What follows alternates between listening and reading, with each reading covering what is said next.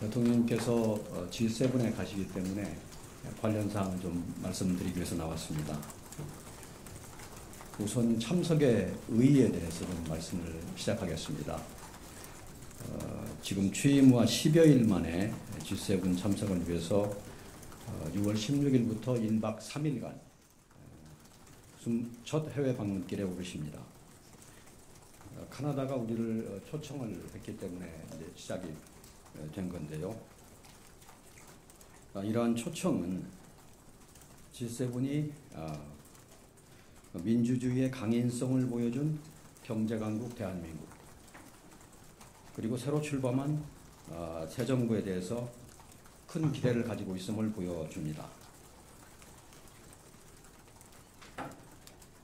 기본적으로 이재명 정부는 이번 G7 참석을 계기로 글로벌 번영에 기여하는 의교를 다하면서 한 G7 파트너십 강화를 추진해 갈 겁니다. 조금 세부적으로 말씀을 드려보겠습니다. 이 대통령께서 첫 외교 일정으로 G7 정상회의에 참석하는 것은 여러 가지 의의를 갖는데 한 4가지 정도로 정리를 해볼 수 있습니다. 하나는 지난번에 계엄 위기로 한국의 민주주의가 위기에 처했습니다. 그런데 그 위기를 지금 극복을 하고 민주 한국이 돌아왔다 라는 메시지를 국제사회에 알리는 첫 국제 무대가 될 겁니다. 한국 민주주의의 회복을 널리 알리는 의미가 있겠습니다.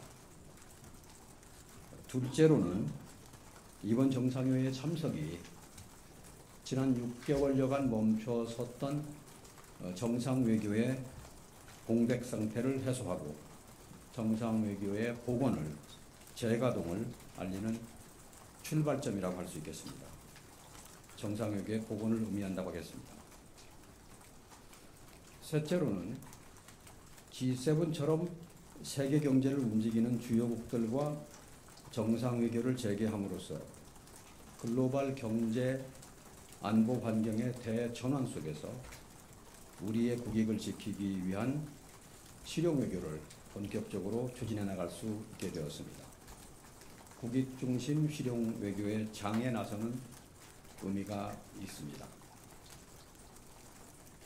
넷째로는 G7 계기에 미국, 일본 등 주요국의 정상과 교유하고 협의함으로써 관세 등 당면 외교 현안, 경제 통상 현안에 대한 타개 방안을 모색할 수 있습니다. 현안 타결에 동력을 부여한다는 의미가 있겠습니다. 요약을 하면은 민주주의와 외교, 경제 통상 영역에서의 복원을 바탕으로 실용 외교를 적극 추구하는 계기라는 의미가 되겠습니다.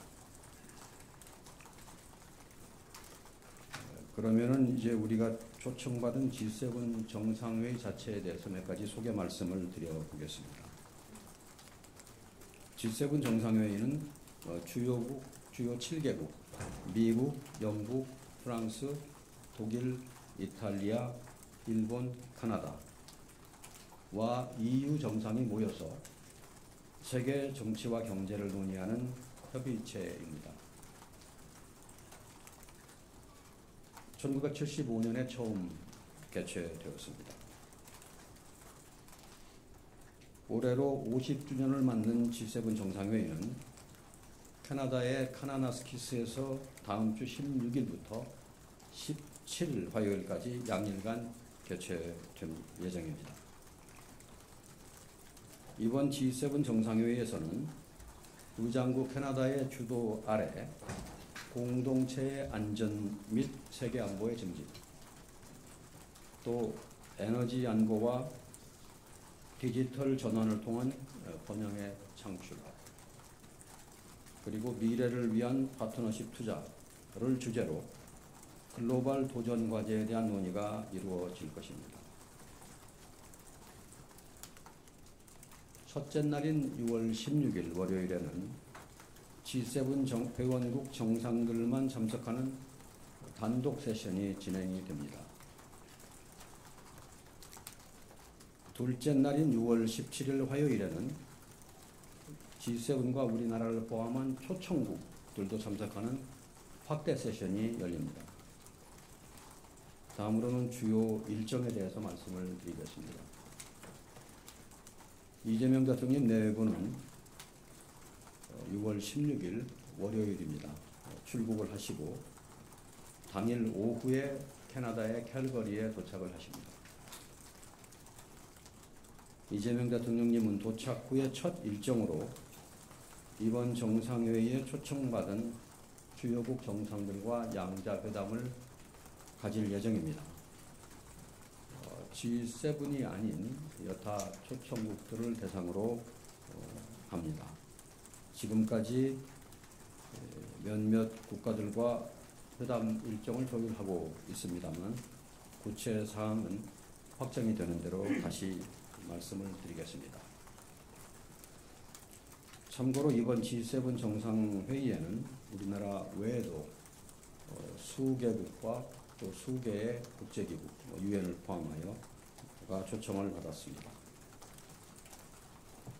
양자회담 일정에 이어서 대통령님 내외분께서는 6월 16일 저녁 캐나다가 주최하는 공식 일정에 참석하실 예정입니다.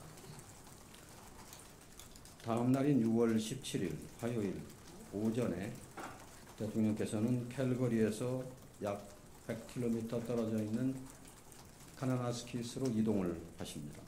그래서 G7 정상회의 일정에 참여하시게 됩니다. 초청국 공식 환영식을 시작으로 G7 및 초청국 정상들과 기념 촬영에 이어서 확대 세션에 참석하실 예정입니다.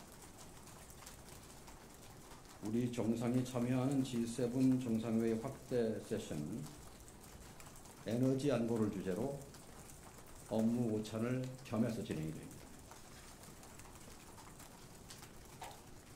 이재명 대통령께서는 이번 세션에서 에너지 공급망 다변화와 AI 에너지 연계를 주제로 2차례 발언하실 예정입니다.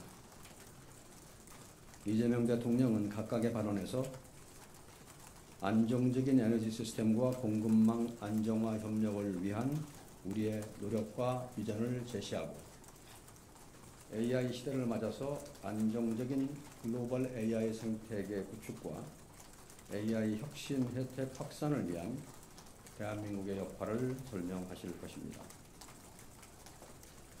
확대 세션 참석 전후에 G7 회원국을 포함해서 주요국 정상들과 양자회담을 가질 예정입니다.